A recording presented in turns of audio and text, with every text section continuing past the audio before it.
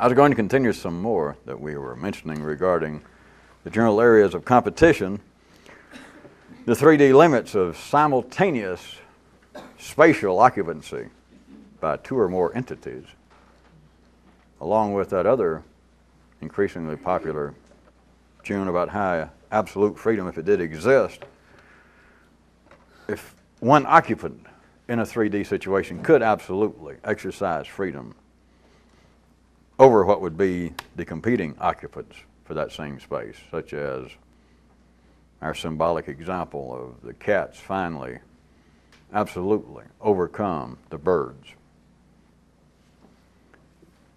But in the more complex reality that if absolute freedom could be exercised, that it would be suicidal by the competitor attempting to occupy self-said same space. You see how that all ties together? Okay. But note part of what we were already talking about last time.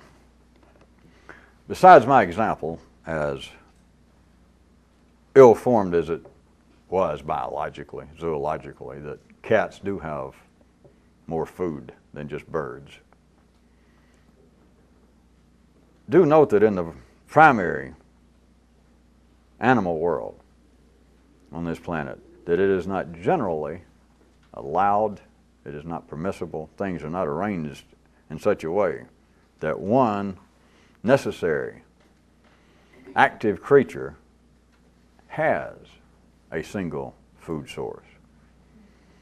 Now, according to all of the city sciences, which we have no reason to doubt them, that you have creatures, elephants come to mind. Really? Have you seen a psychiatrist? No, it was. That at least in certain areas of Africa, that certain groups of elephants, by and large, dine upon the bark of one tree, except they reach an area that they have stripped before, or that the tree is out of bark, they can move along and eat something else. But I just assume that it strikes you, if you haven't watched PBS as much as real intellectuals should,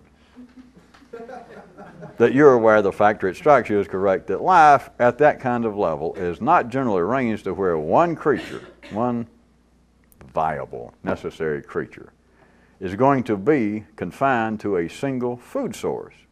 They may have one that constitutes the majority of their menu if it be available. But elephants, which up until today seem to be of some necessity to life, that elephants may go along and eat this bark, and just everybody live off that bark and water until it runs out. But elephants do not then panic. Elephants do not lay down and die. They simply shift over and they eat something else. It is too risky. Look at that just from a quiet, common, ordinary city level is much too risky for any genetic need that life has for some creatures to put them in a position out there in our multifarious garden to where the cats only eat birds. Because the birds could decide, to hell with this, and they go somewhere else. So it is too risky, it is too big a gamble at that level. But would you notice this? If you move into the secondary world, the intellectual world of ideas, not only is this permissible from a certain kind of view, it is downright expedient.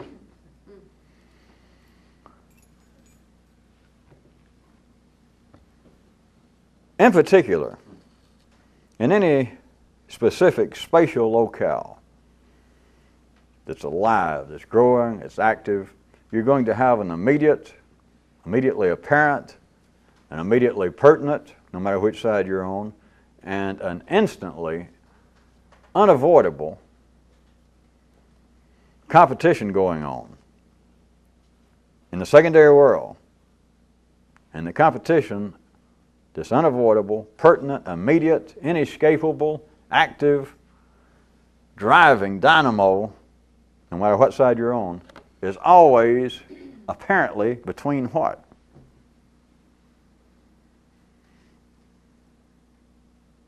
Not three. It is between the elephants and that bark whose name I don't know.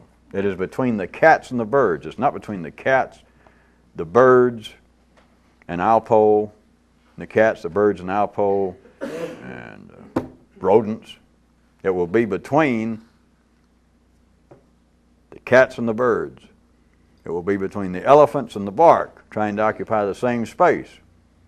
It will be between, those of you that may suspect a metaphor in the Rat Pack, it will be between communism and capitalism, between socialism and fascism, between Protestantism and Catholicism, between ism versus ism. If this were allowed at the primary level, the animal level, back to a very crude but quite obvious, should be symbolic. So even beyond metaphor, but at least it's metaphorical. If this were allowed at that level, that is to where one food source, which is one opposing force, could easily overcome the other. If it were just two, then one of them would have to overcome, or it'd be a draw and it'd be of no consequence. We would not be talking about it, and they would be not active. They would not be necessary to life. So if it were limited to, if we had a creature at the primary level, limited, absolutely limited to one source of food, not only is it going to be ultimately destructive, that is, the cats eat all the birds, not only are the birds gone, the cats are about to become yesterday's news. If it were simply arranged to where there are only two competitors,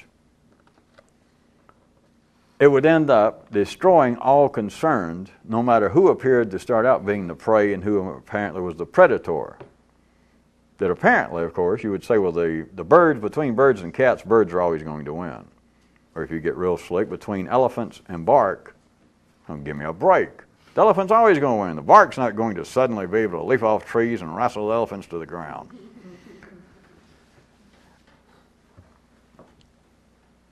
But when you move into the secondary world, that we have two ideas in any given locale, instead of talking about this particular area of the Serengeti or wherever it is, and elephants only have this one bark.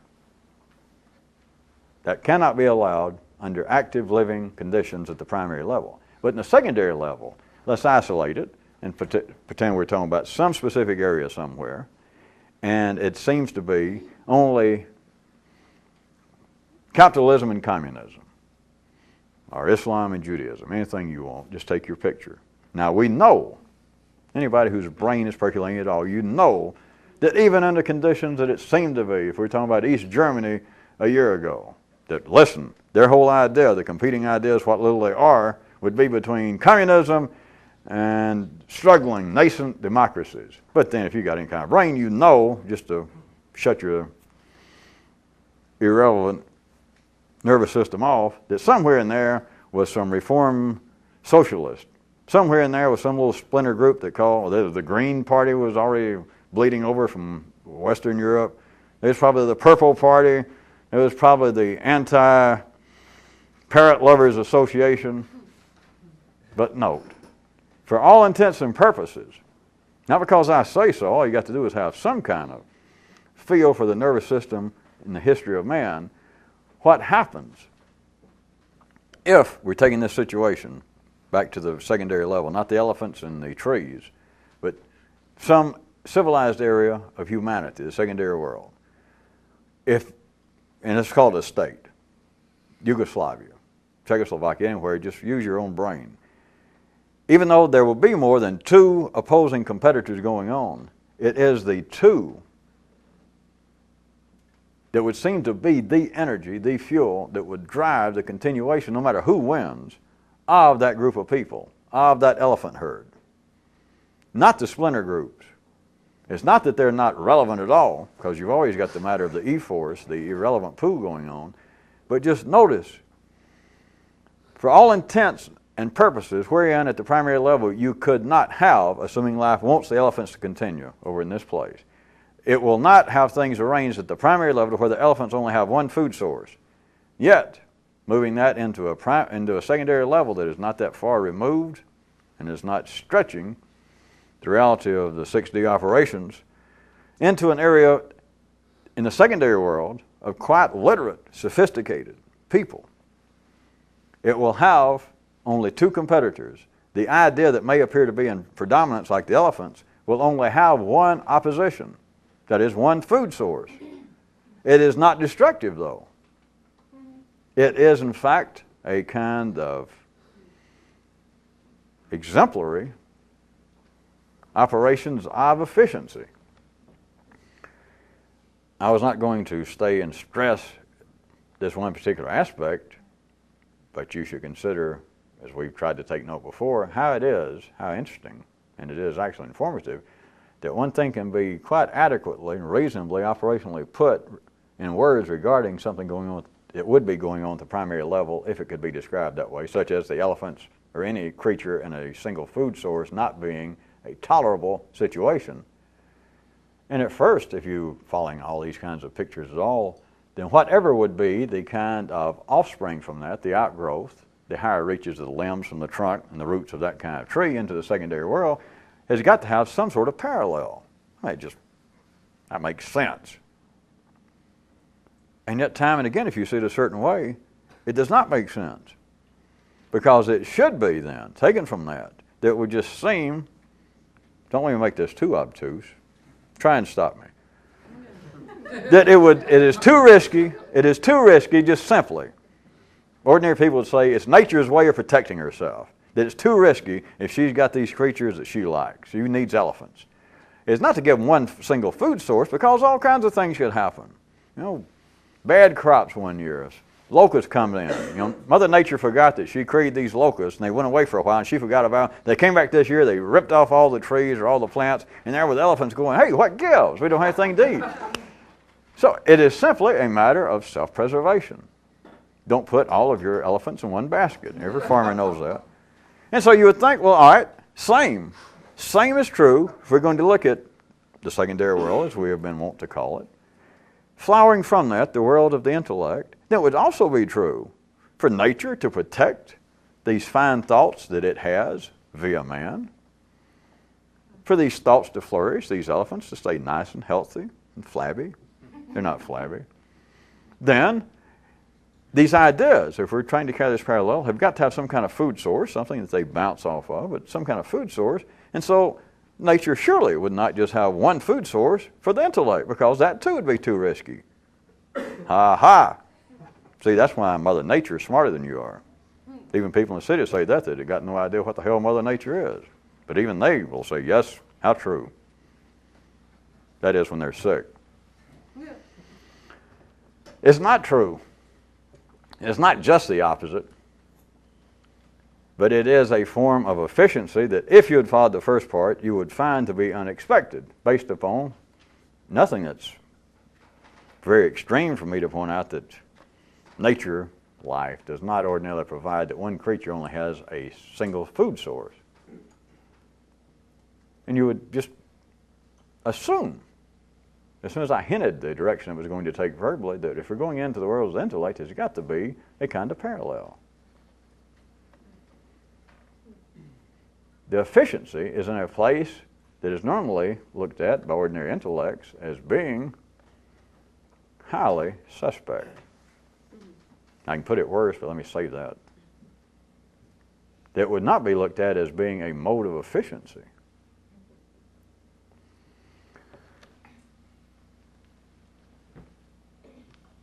It is so efficient, though,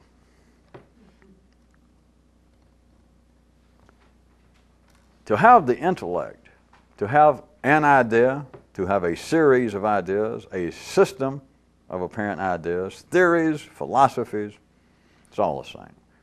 But to have them confronted with a food source / opposition that is multifaceted,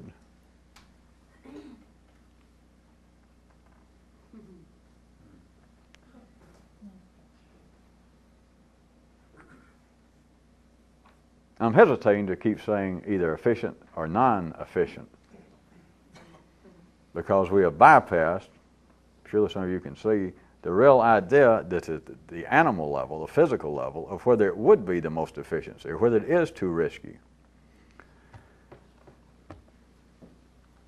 the territory that the intellect covers, at any place where it seems to be religious, economic, personal, social, and it stakes out that here is where me, the cat, belongs. Some of the other cats may join me, but me, the personal cat, this is where I belong. Or me, the personal elephant, I am going to eat here. You can not only, if you were the elephant or the cat, not only eat right here, if right here were to wither, were to become too erratic, then you can eat somewhere else. Under those same kind of conditions, as much as they can be verbally compared, the intellect can say, all right, I am, instead of a cat or an elephant, I am a socialist. I am a Presbyterian. I am a Catholic. I am a Albanian. And the only thing that keeps me from becoming a plumper cat, a more fulfilled Albanian, a healthier Catholic, is that I only have one food source. I only have one opposition. Were it not, if the Albanian looked across the border and said, were it not for those Yugoslavs, if a Catholic looked over the border and said, were it not for the Protestants, if anybody, just from their own personal individual view of an equation of I plus not I, that they look across the border, the plus sign, of all the not I's, and they think, were it not for them, my one food source, were it not for them, I could swell, I could grow, I could glow, I would prosper. There would be nothing holding me back except for this one food source. I assume that some of you keep waiting for me to say opposition. Were it not for this one food source, if I could consume it all, I would grow. Whereas, if we're back to the primary level, if the elephants had a secondary existence, could think, what they're saying is what? Boy, if we could finally eat up all the bark, this bark that exists, it'd be super elephant time. It'd be graveyard time.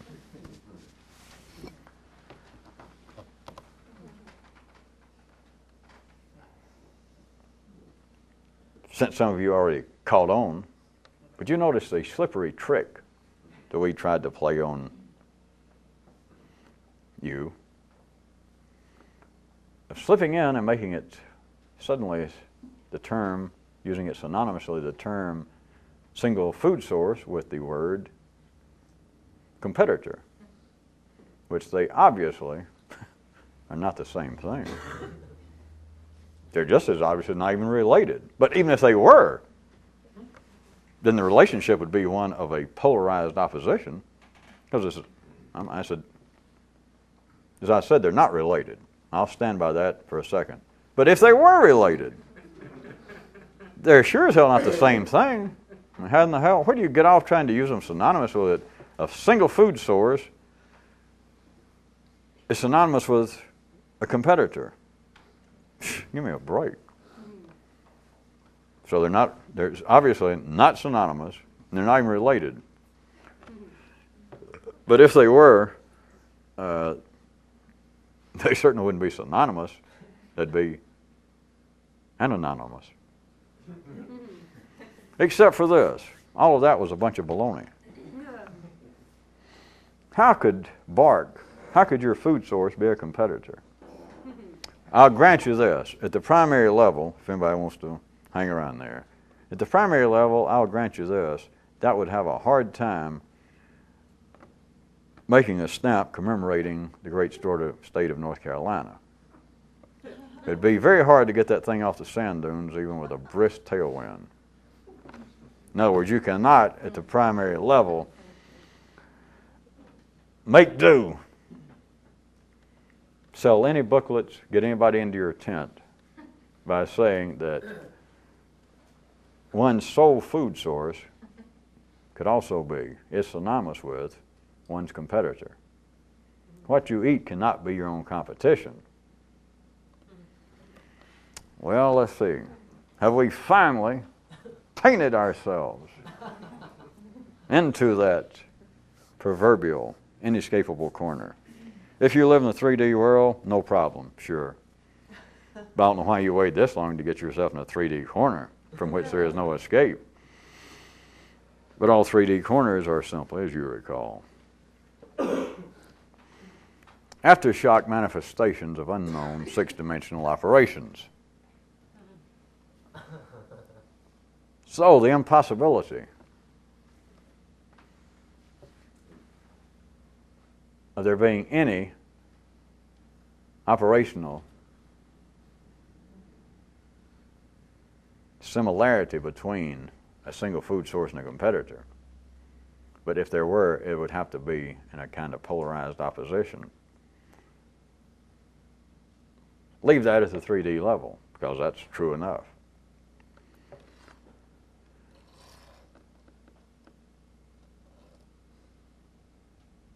But notice this.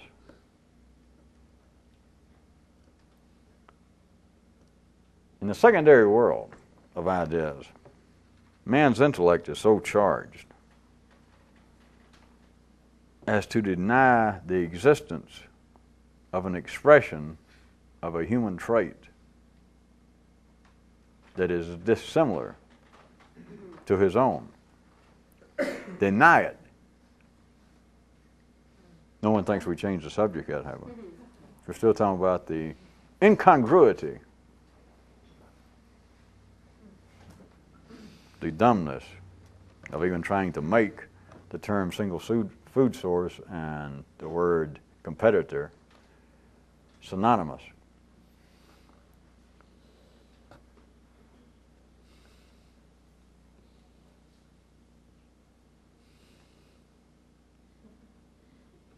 The ordinary intellect is so wired up, it is so fired. We're talking about the secondary world now, not the elephants and the trees bark and the cats and the birds. It is so charged up that all expressions of human activities in the secondary sense, as much as we can separate them, which we can do verbally, but all these human characteristics, conscience, morality, what conscience, it is wired up so as to deny, literally, to deny the existence of that which is dissimilar.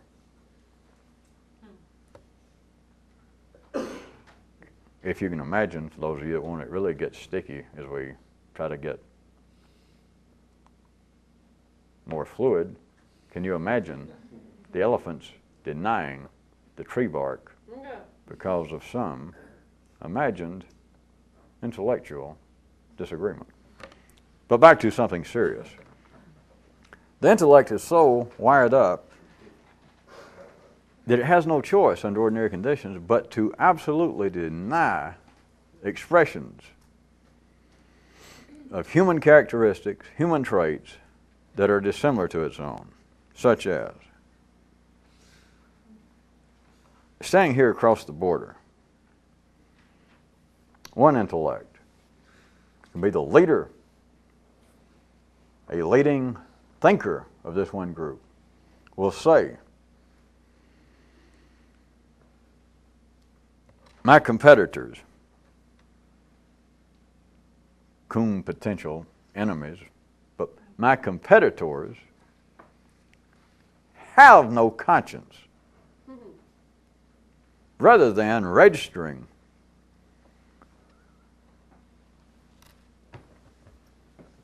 the other group's expression of human characteristics as being merely variations of their own, such as, to say, my neighbors over here. My neighbor's expression of conscience is certainly different from ours.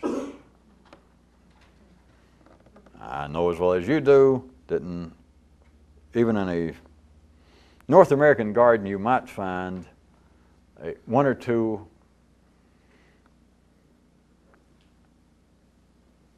out of touch, out of locale worms with little sombreros and doing the tango.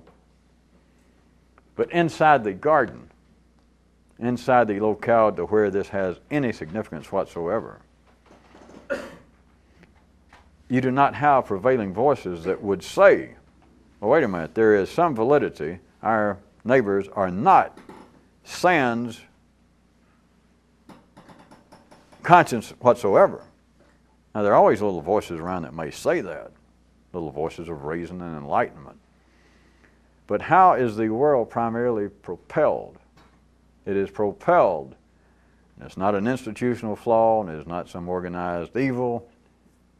It happens at the individual level, and it is manifested as if it had a choice at the what appears to be a greater level, that those human characteristics that at any given situation that are expressing any importance, they are treated by the two parties, the competitors, the elephants and the trees, the birds and the cats, the capitalists and the communists. The human characteristics of the other side are treated absolutely in extremes, up to the point that the elephants say bark has no conscience.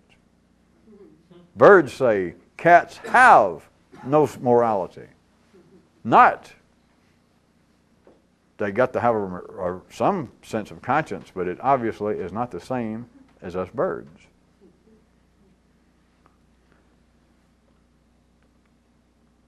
May I ask the rhetorical question, does anyone see any possible connection to that and how a single food source could be operationally synonymous with competitors?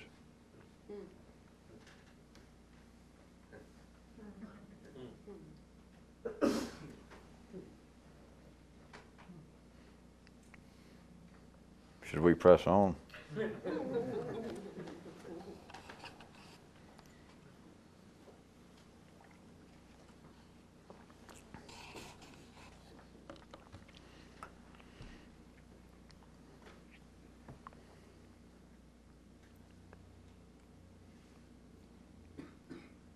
All right, I'll press on sideways for a second.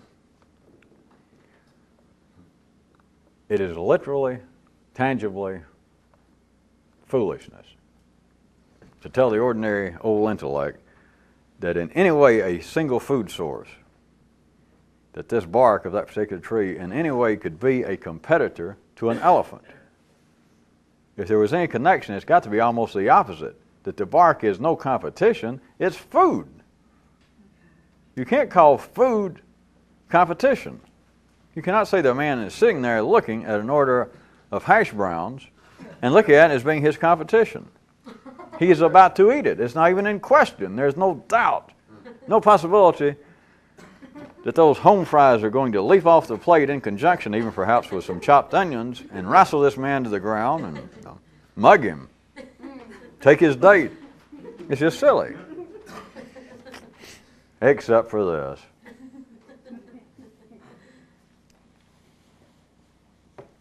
The whole city's kind of silly. But that's another story. If you get past that most crude level of thinking about food jumping off your plate and being in any way your competition, and move that into strictly the secondary world of the intellect, it's not so silly.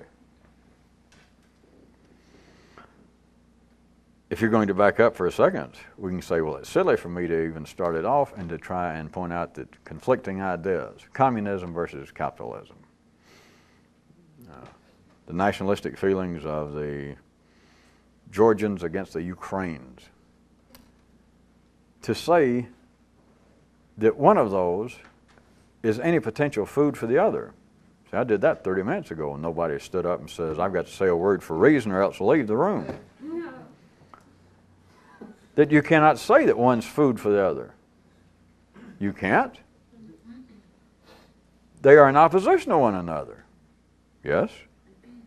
But you cannot say that socialism is some sort of food source for fascism, or that Catholicism is a food source for Protestantism. Really? No, they're in conflict to varying degrees of sincerity or deadliness. But they're in competition. One is not a food source for the other. It doesn't cost any more. Come on, just a minute, go. Maybe this helps.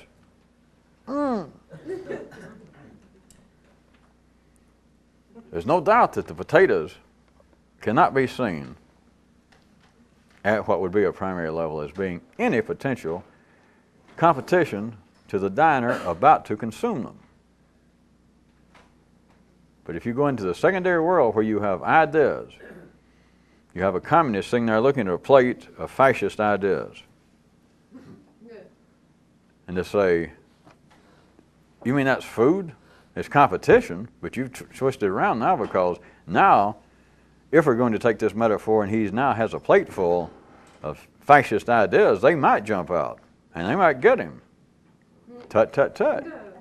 Now, let's put it another way. We've already established, everybody knows this, that if it was a situation of a man and his hash browns, the hash browns are his, let's assume that's all he's got to eat. So we can say that's his single food source. Single is no longer that important if you're following it, but it's his food source. It's not his competition. The potatoes are not going to leap off the plate. They're not going to compete for him. They're not going out and try to take his job. They're not going to try to pick up the date he's with. There's no competition. They are his food source. He's about to consume them. So we got that. Now I switched it around in that devilish manner. And now we have a man, a communist, sitting there looking at a plate of fascism. Or we have a Hindu looking at a plate of Buddhism. So now you can say, well, wait a minute. Those are competing ideas. A Hindu can't sit there and eat off of Buddhism. A capitalist cannot sit there and eat off communism, because now you have really run amok. Because now, the metaphor, somewhere you dropped it.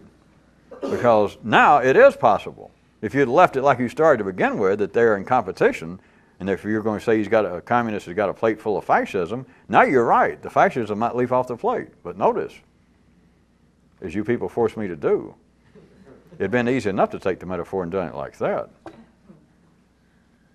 Now I'm pointing out to you that one is not simply the competitor to the other. One is now the food for the other. No. They're in competition with one another. Things are arranged not only in the simple world of physics that they cannot occupy the same space, they're not intended to occupy the same space, or they wouldn't be two fighting over the same space. Anything that can occupy the same space is in competition. And if they're in competition, one will consume the other. One can consume the other. It may not be a one-gulp meal, because it would take longer than that, or a day or a week, for all of the cats to eat all of the birds. It is not the ultimate aim of Xism to overcome anti-Xism.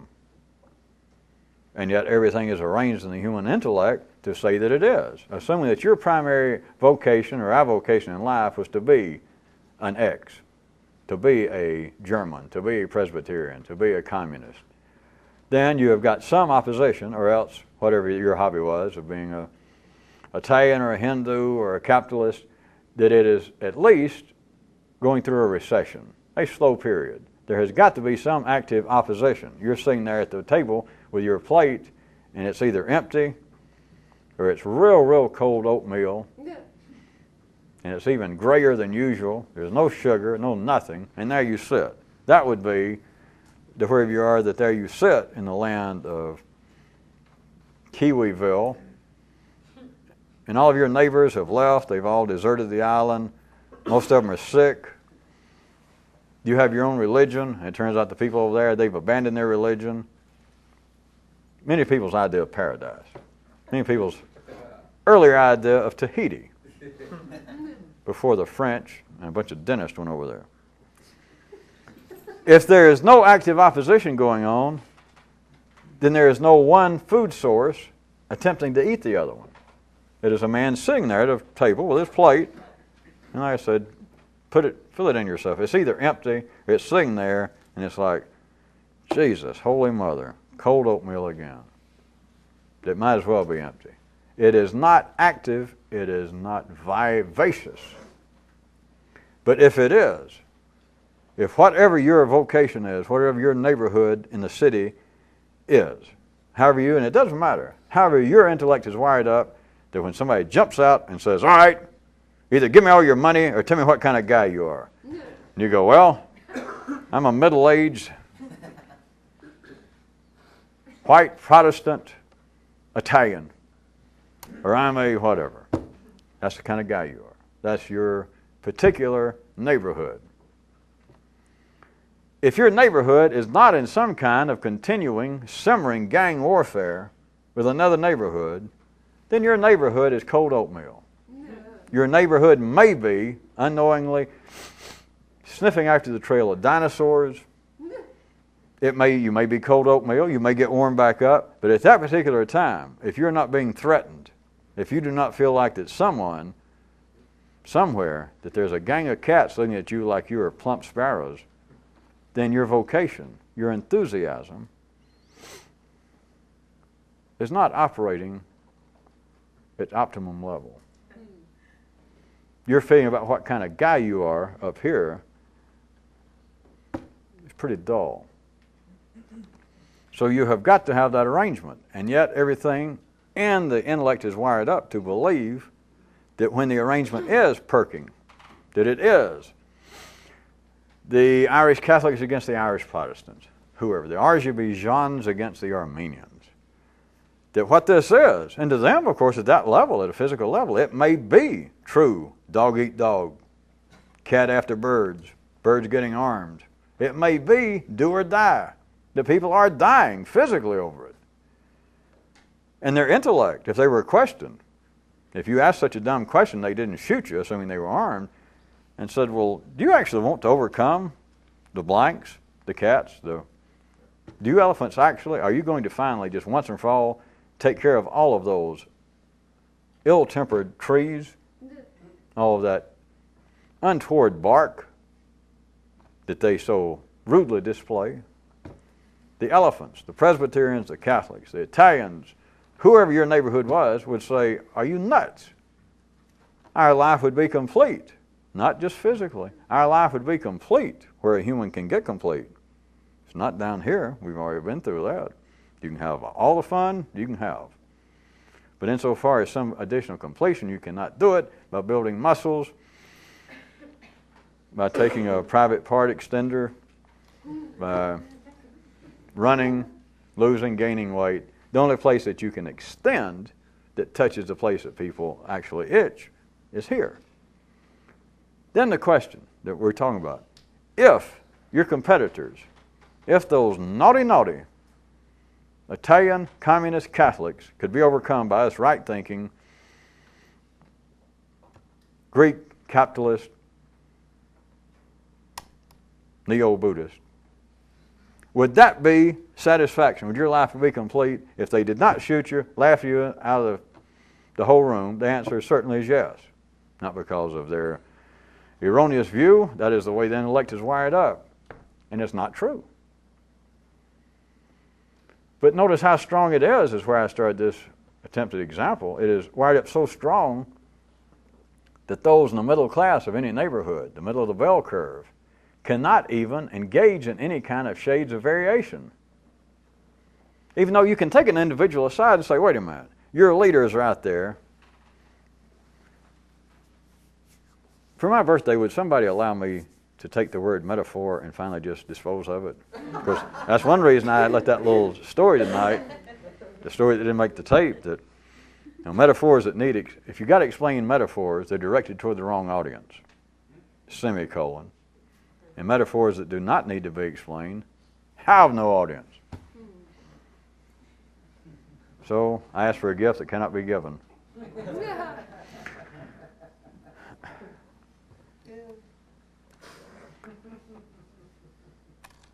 At the level the intellect is arranged, it has no choice but to say, our competitors, my neighbors, my food source, which we still hadn't gotten into to convince you yet, but by God, I've got a devilish plan of logic if we ever get around to it, but hopefully we'll run out of time. They must, as a group, denounce their neighbors, their competitors. And you could jump in. I know this, I just want you to realize this. Because we're dealing with what is always seems to be the exception, which is the part of the aspect of episodic consciousness. If you jumped in just the middle of the neighborhood somewhere and you said, all right, I've noticed, I've read your papers, I've been up here looking down and watching you guys. Your leaders out there, and you guys, whoever it is, you capitalists.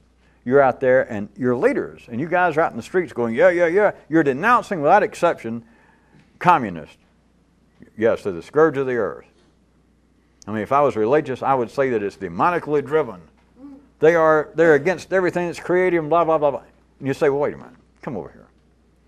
You look like a reasonable man. Are you telling me that everybody in that other neighborhood that are communists, or that all the Albanians, if you're a Yugoslav, are you telling me that each and every one of those people are just evil incarnate, just absolute idiots, no redeeming qualities?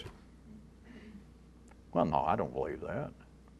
I mean, in fact, my sister married a goddamn communist. She's living over there. I mean, I've met some. They're not all bad. And then if you went, well, then ordinary conscience would go, well. You say, well, do you get anything from that? And you say, yeah, and you hand gesture. But anyway, if you said, well, don't you realize then that this kind of thing of absolutely, unconditionally denying your potential competition or your active competition of having any similarity in human traits, human characteristics, don't you realize that that's flawed? And he goes, well, yeah, sure. You go, well, that's a waste of time. What I want you to see from it is not to show that they're wrong, but to show that life is arranged in the intellect so well, it is so well balanced, it is such an efficient piece of machinery that you can get somebody individually and make them for a second, what I just did if you weren't listening, make them constructively admit what I just said 5 minutes ago, 2 minutes ago when I was out there in the streets hollering, we got to kill the capitalist. You can get the person aside and they will constructively right then say, well, that's not true. To holler the capitalists are the scourge of the earth, or anybody who is a Catholic is against goodness. And you get them right aside and they go, oh yeah, well that's not true. But notice the efficiency that you can get all sorts of people. They don't have to be that strange, just ordinary. We'll go, well yeah, that's true. They got a conscience, they're human. And they can say, well I got to get back. It's my turn up there with the pickets and up in the barricade and go right back. Institutionalize the food from institutionalized thinking, remember. Part of the purpose of institutions is to assist man in not thinking. That is, an ordinary individual person can see, not simultaneous, but I'm tempted to make you, well, some of you got enough experience on your own brain, you don't need this to know, but you can almost make it coeval. You can almost simultaneously get somebody that's out there hollering, communists have no conscience whatsoever.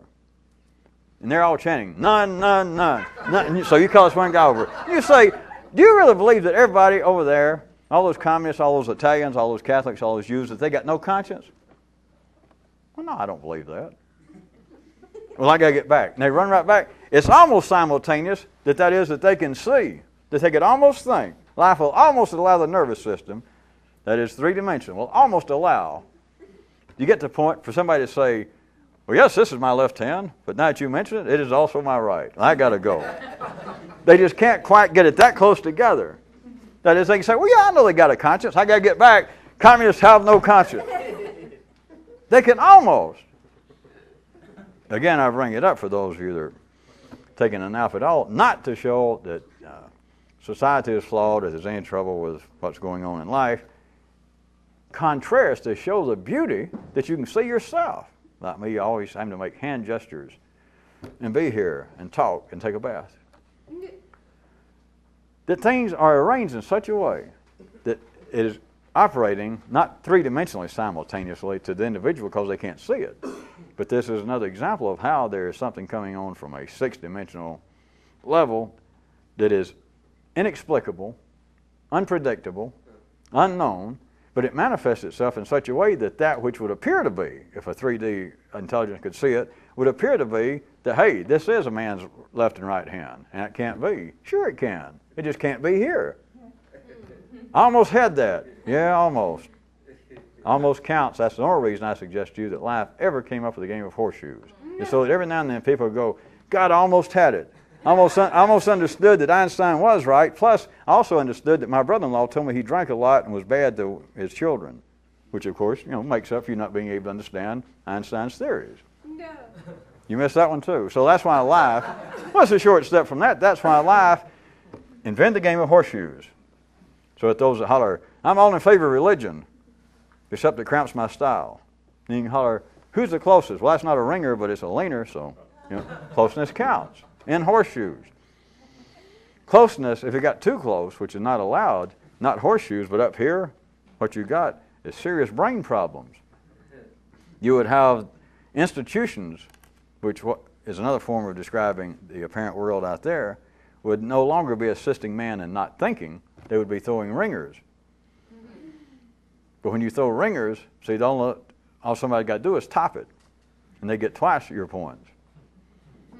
And if they could top it, then you could see that, yes, here I am in the institutions of life. Life is driving me to say, none of my competitors, none of my neighbors have a conscience. But of course they do. See? You can get double your score. But you've got to have one horseshoe on top of the other. And that's not the basic game of horseshoes in the city. The basic game is one of relativity, of closeness. Do you understand what I'm talking about? Well, not really, but I'm close. Well, good. Yeah. Well, do you understand that somebody can be literally hollering, my neighbors have no conscience. They should be killed. I thought you liked one of your neighbors. Oh, well, yeah, one or two of them I know personally, I do. Well, could you think those both at the same time? Hey, man, don't you understand the game of horseshoes? No. No, I can get close, and it counts. You get a point here, a point there. The game would be, for a revolutionist, intelligence would be able to play a game of six-dimensional horseshoes in the third dimension. That is, that no longer is it a law of physics that two things cannot occupy the same space. Hell yeah, they can. It's right in front of your damn eyes. All the stuff that ordinary intelligence says, wait a minute, this is, may I say, totally inexplicable. That this is ironic, even worse yet. This is unfathomable. This is despicable. But of course, the basic one is, I don't understand this. It's inexplicable. It's not inexplicable. It's inexplicable on the basis that people say, they don't mean to say it this way, but they're saying, wait a minute, two things cannot occupy the same space. The world's not big enough for me and a few other right thinkers and the rest of you clowns. The world's not big enough for us decent Italian Catholics and all of you wild-eyed, drunken Irish Protestants. Sure it is. No, it's not. Well, let me ask you this. How do you account for the fact that it is, that you're both here? No, you don't understand what I'm talking about. You say it's not big enough for both of you. No. And yet you're both here. Yeah, but we're winning. Now, we're going to eat up all the Catholics. Or we're going to eat up all the Hungarians. We're going to eat up all the people who have a different sense of morality. We're going to eat up, now, let's get inside, forget the Baltic states and those other weird places, because your states are weird enough. Don't have to worry about that. Go in here, and one idea says, I have got to eat these other ideas. And if you get really good, what you think of at the ordinary level as being your knowledge has got to go consume your non-knowledge, your ignorance. Because what's the whole purpose in having an intellect? It's to gain more knowledge. Right. That is, if the communists can attract enough new elephants, party members, they will take over. If the Catholics can attract enough cats, they'll eat up all of those bird-like Protestants. If one camp can get big enough, they will consume their single food source, although they don't see it that way. They would see it as it would be victory. It would be suicidal. Therefore, that's why it cannot operate that way. And the beauty is that no one, the efficiency of the beauty is that the ordinary intellect cannot see this. It's not supposed to. That is the dynamo from a quite valid view that drives this. There's no question as to why you will get up and go eat. It's just something you're just walking around sane. A few people out of town, that is professional Arkansas psychiatric talk. If you're walking around sane and you're hungry, you will go eat. If you're walking around sane and you get extremely aroused in your lower regions, and you're not as ugly as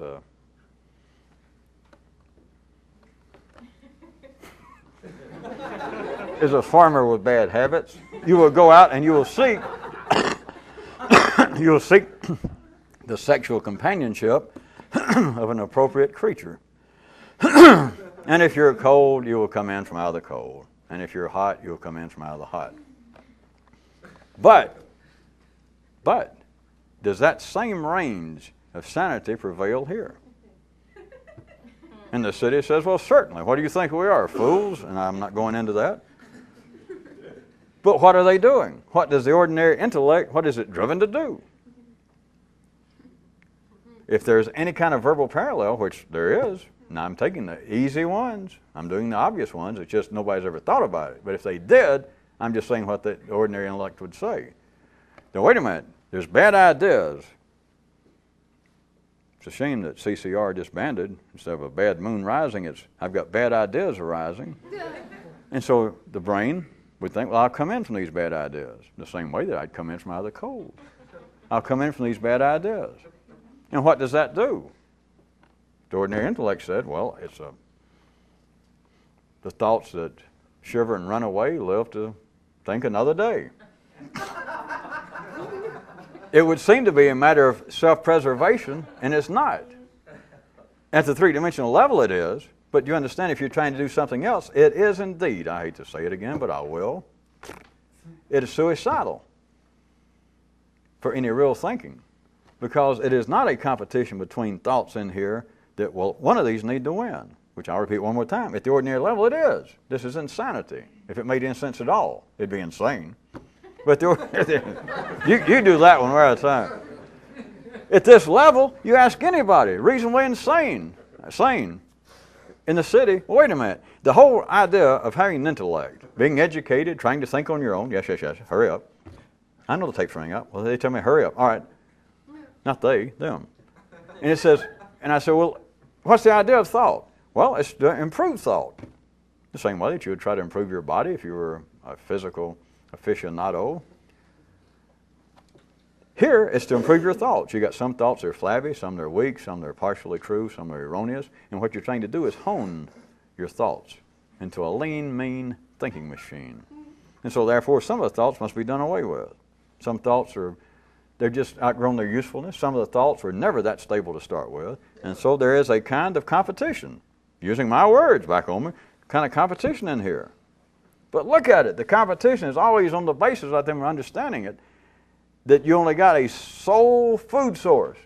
That is, well, I got some right ideas about whatever it is, about what I want sexually out of life, what I want out of my business, what I want out kind of respect of others.